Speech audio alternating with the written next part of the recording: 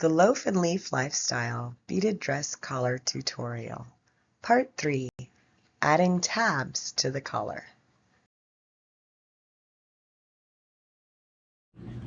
Okay, I am at the end of the second row now, right? And I did the chain 1 to turn. So now we're on the right side. The first step here is going to be 7 single crochets to take us to our first tab. Okay.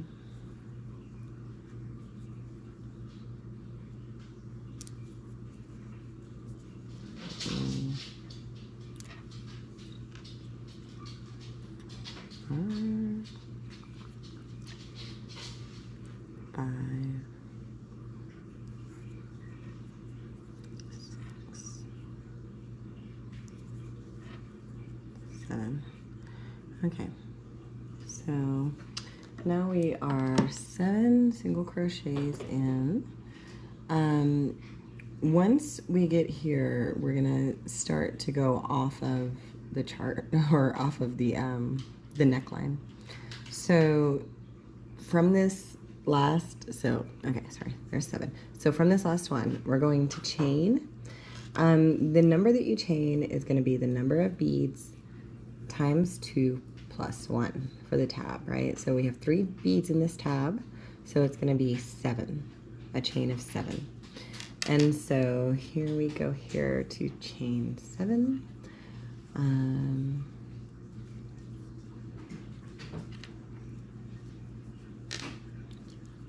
6, 7. Okay, and then make sure you keep these things kind of where you can see it right. And then you're going to skip your first one and do 6 single crochets back to the neckline. So there's 1, 2, 3,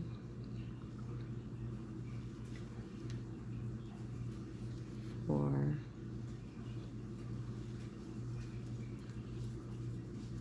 5, 6. Okay, and so then, oops, let me catch that 6th one real quick. Okay. So then once you get back to the neckline, you want to slip stitch back into the same place your last single crochet was. So right here, I'm gonna slip stitch. Okay.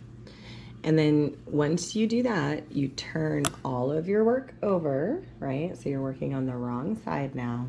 And remember, that's how we get these beads into place. So you're gonna push your beads forward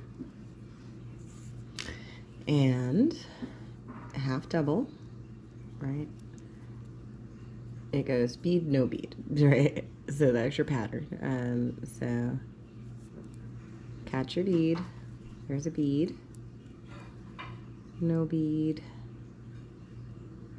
and then the next one, another bead, right?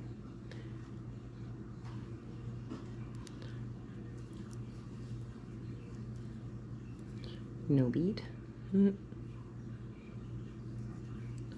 then your last bead for this tab.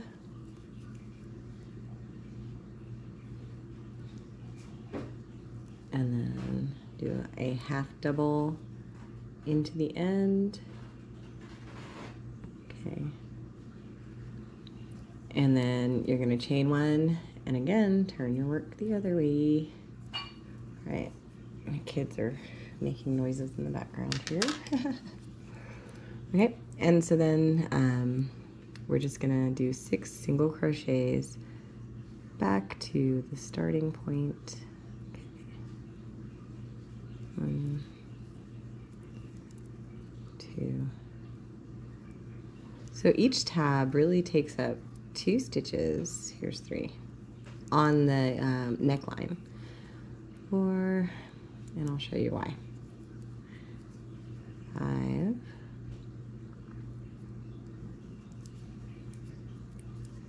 6. Okay. And so then we're going, so the last stitch had all the work so far. And then this stitch, we're going to, this next stitch, so you're going to move to the next stitch on the neckline, slip stitch into that. Oops, if I can grab it. Okay. And then do a single crochet into that stitch. And so the way that this should be situated is, oops, if I can grab this. There we go. Okay. So the way that this tab should be situated is right in between those two stitches on the neckline, as you can see. If I can stretch everything out so you can see it. Okay, and then after that, you're going to do 3 stitches. You've got a gap of 2 single crochets in the middle, and then your next single crochet will be what starts your next tab. So with this single crochet, I make the single crochet and then I do my chain. And then again, the chain depends on how many beads, right? So on this one, we've got 4 beads. So I'll be doing a chain of 9, okay? I'll just go ahead and time lapse here until we get a little bit down the way. Okay, so again, that's from the neckline. You're gonna do a chain and 6 single crochets to get to that first tab. The 7th single crochet will be the beginning of the chain. The length of the chain is 2 times the beads plus 1. Once you turn, you're going to single crochet in that second chain from the hook all the way back. Once you get back to the neckline, you slip stitch into that 7th single crochet that you've already made. Then you flip everything over and half double crochet one with and one without the bead all the way to the end. Chain 1, flip your work, and single crochet back. Slip stitch into the 8th stitch on the neckline, and then you're going to single crochet into there, 2 more single crochets, and this 3rd starts the next tab. There is a link to this pattern on my website and it in the description below. But honestly, once you begin to make it, you'll probably see the pattern as you begin to go.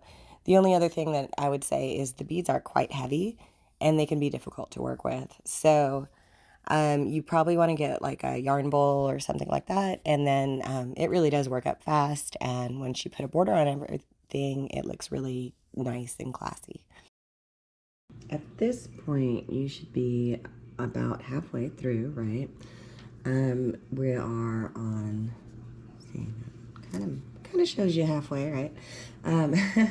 We're at the center tab. It's number 12. So there's 23 tabs. The center one will hang the lowest, or from this point, I guess the tallest.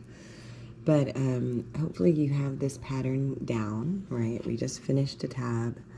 So after this tab, we single crochet 3 times.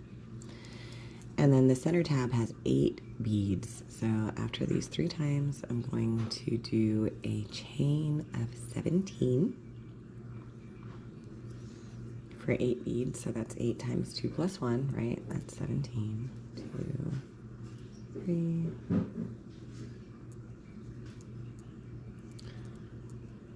And then when you, after this point, everything will start getting shorter also. Sorry. 13, 14. So it should be easier after this. I know for me, pushing down the beads and flipping it after it gets a certain amount of weight, it gets really hard to flip it over and keep it all nice and pretty looking. And it's, you probably can tell by now, I prefer it to stay nice looking. There's also, these are curling. I've noticed the tabs are curling. So we will be blocking it, and my tip here is that you should block it once in a straight line and then once circular, right? So that it lays on your neckline like it's supposed to. Even after blocking it, that's 4. It's still kind of a little bit curls, as you can see here. These kind of try to curl up. If you have any suggestions for how I could take those out all together, please leave a comment and tell me what you would do. I have now kind of a handful of these, and I really would like to figure it out. And I have more designs in my brain that I want to make. So that is a solution I need to find. I was thinking of using more sturdy or wired embroidery thread for the border. Maybe that would work better. But I just haven't tried yet. So I keep losing count. So maybe I should stop talking and start crocheting. 11, 12.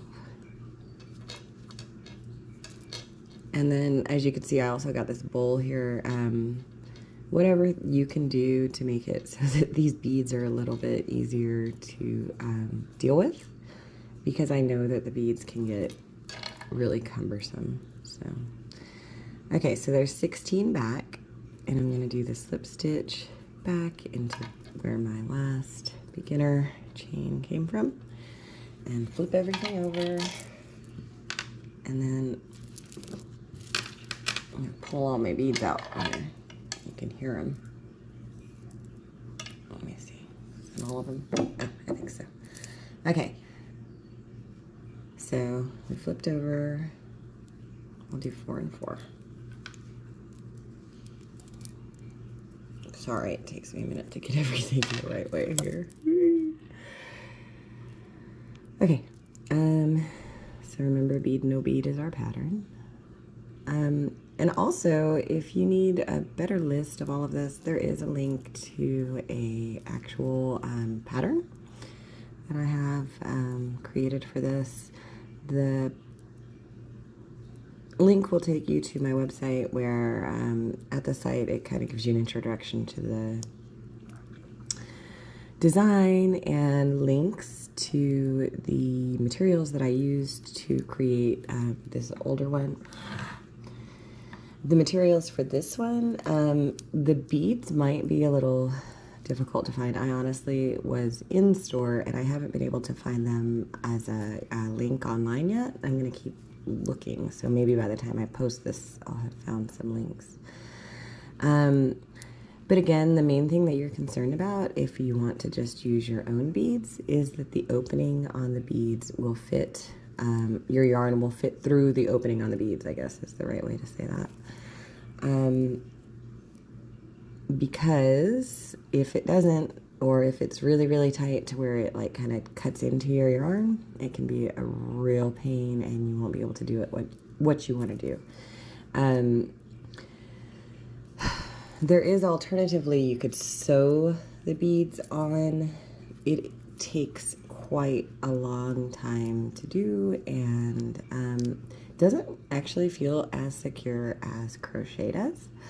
My original collar that I made did have the the beads sewn into place, and I still kind of struggle with them, and I don't know. Anyway, so the few things that I would suggest is to make sure you get this nicer thread or yarn, sorry, that is thinner and durable and will go through your beads. And then the second is, whenever you do get your beads, just make sure that those openings are big enough.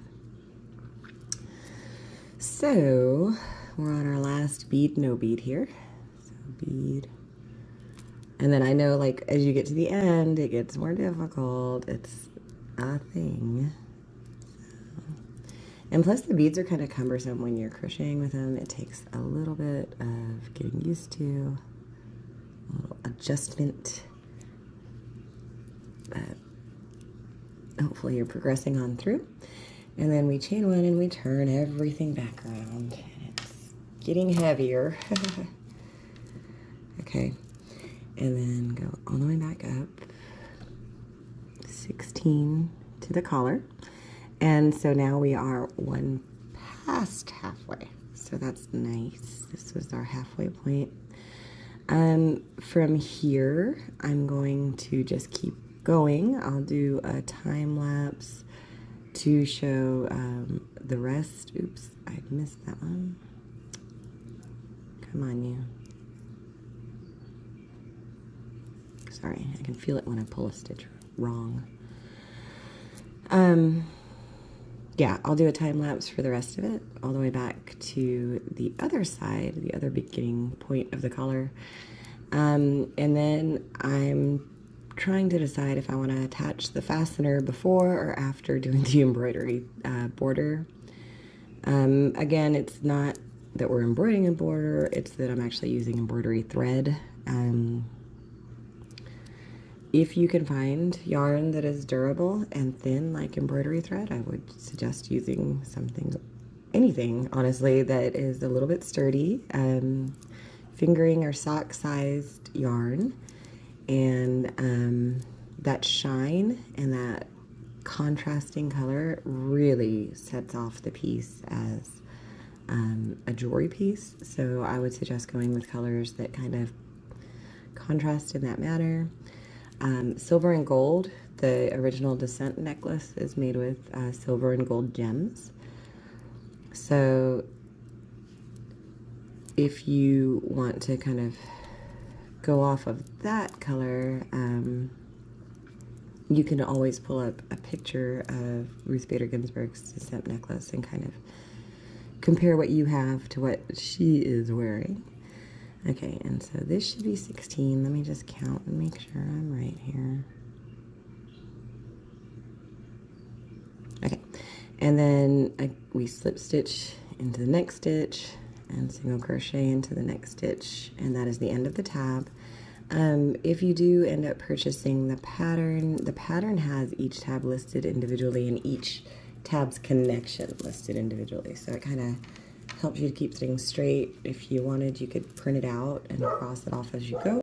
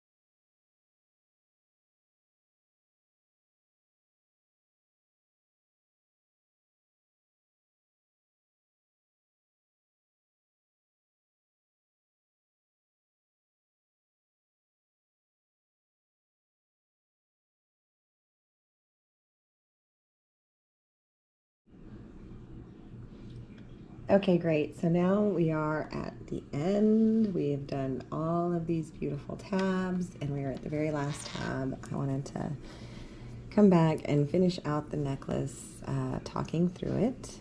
So we're going to make 3 more single crochets and then the last chain for the last tab, right? So there's 2 and 3, and then we're going to chain 7 because there's 3 beads. 2, 3, 4, 5, 6, 7, and right at the end it like gets so hard, and then all of a sudden it gets a little bit easier once you get past a certain point. I don't know. I stopped having to flip it over completely. So I think that's what makes it get a little bit easier. So we're going to do this is the third one. We're going to do 6 single crochets all the way back to the starting point. The one thing is that the end of the necklace can kind of be hard to follow along with, and you can get tangled up, I guess. So you have to keep making sure you're on the right side of the tab when you do this. And then you go ahead and slip stitch back to the first. And then, like I said, I don't even have to turn over the whole thing anymore. So I turn over my work here, and then we'll do the half doubles. Same bead pattern as the whole time. All the tabs. It's a bead, no bead, bead, no bead, right? So there's 1, 2. And I don't know about you, but I find it so enjoyable to lock these beads into place. I don't know what it is about it, but I just really like the whole pattern of doing it. My only complaint is the weight of it and flipping it over. So hopefully you find this enjoyable. Like I said before, these tabs are my own kind of invention. I messed around with this necklace probably for like 6 months trying to figure out how to make tabs. And then now it's a lot of math to figure out how it all lines up.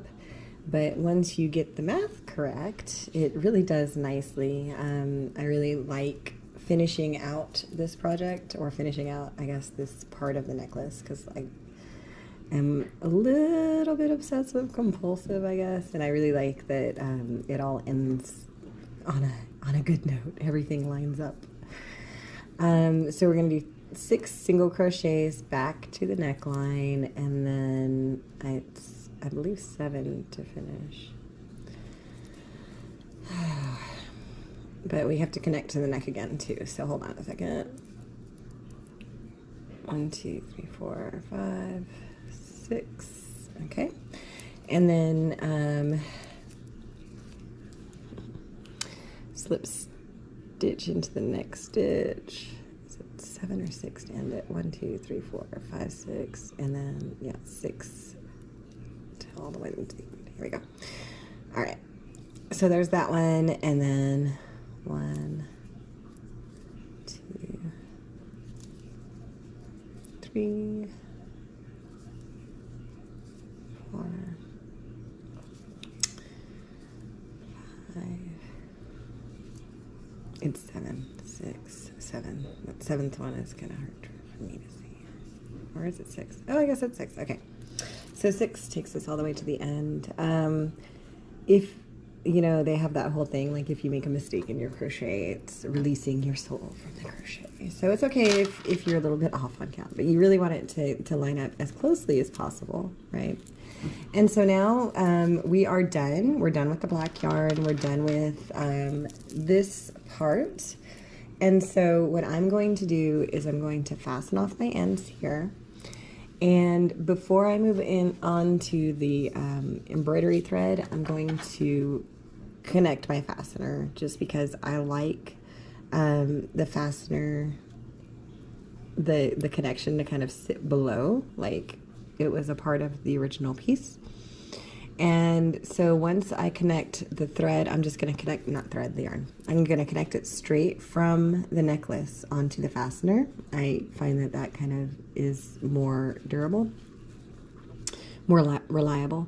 And so I'll connect it and try to make it sit right in the center here. You see that? And it's not at the end at the top, and it's not at the end at the bottom. Instead, I'm going to feed these through so that it connects right here in the middle and in the middle, and then it'll be connected there. But you'll watch me do that in a sec. All right. So since we are finished, I'm going to go ahead and make the cut to the yarn. I don't know about you, I get a little bit apprehensive every time I finish it. And you see there's a wee bit left. And then just go ahead and pull the end through. So I got my fastener here. I'm gonna pull apart my ends, right? So I'm being a little lazy and just using a beading needle here. You can use a yarn needle, you can use whatever you need to use, right? If I can, if my fingernails will get this thing to split. There we go. Okay, so you take this, you feed it. So what I'm going to do first, I'll show you. I have my end here. I'm going to actually feed it back through, and I'm going to make a knot around this because I want my fastener to be connected through the middle of the necklace, not at the end. So I'm going back through. Can you even see that? Oh my gosh. Okay. I'm going down now. It's so hard to see this beading needle. Here, let's stop being lazy and do it the right way. So we'll just go through here. Okay. Leave that little loopy loop. And then we come back through, and I'm going to pull it through the loop. Ah, I did it wrong. Ah. Look at me go. Okay, hold on. There, through that side. And I want to go through that loop because that's what's going to kind of lock it into place. So you see, we're basically tying a little slip knot right here into the end. There we go. Got it.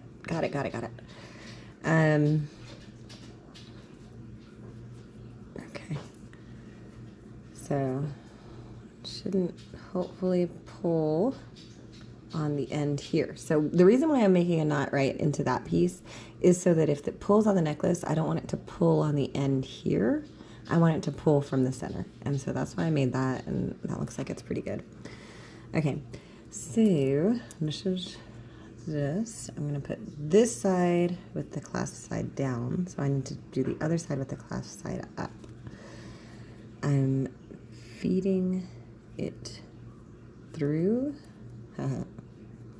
if it'll go through, and back. And I'm actually going to use that through here too. Haha. So it'll connect even more securely. See? Clever. Okay. So it looks like this one is pretty well attached. I think I might be able to make it through there one more time. But I can't go back through there. That's fine. Okay, so what I'm going to do here, and this is shout out to Mikey from the Crochet Crowd, because this is where I learned this trick. Not the trick with the knot, but the trick with the 3 times back and forth. So I'm going to come through here. I'm going to make a knot to secure it. So here's my knot. I'm going to push through and go around, hold in place, and pull through. So this is how I can make my knot to finish it, where it like kind of sits nicely. You see right there? And that. Okay. And then we're going to kind of feed it between the stitches back and forth 3 times. And that is from the Crochet Crowd. It kind of helps your yarn to lock into place so that you don't lose it. It's really a cool trick, and I've had great success doing it that way. Right. So I'm going to feed in the ends here, and it looks like my beading needle is too weak for this part. Oop. So maybe you're gonna have to do this using a better needle. And then I'm going to attach the other side, and then once I attach the other side, I will come back with the embroidery thread. I'll do that on a time lapse, so this is already a really long video. So I will be talking again soon.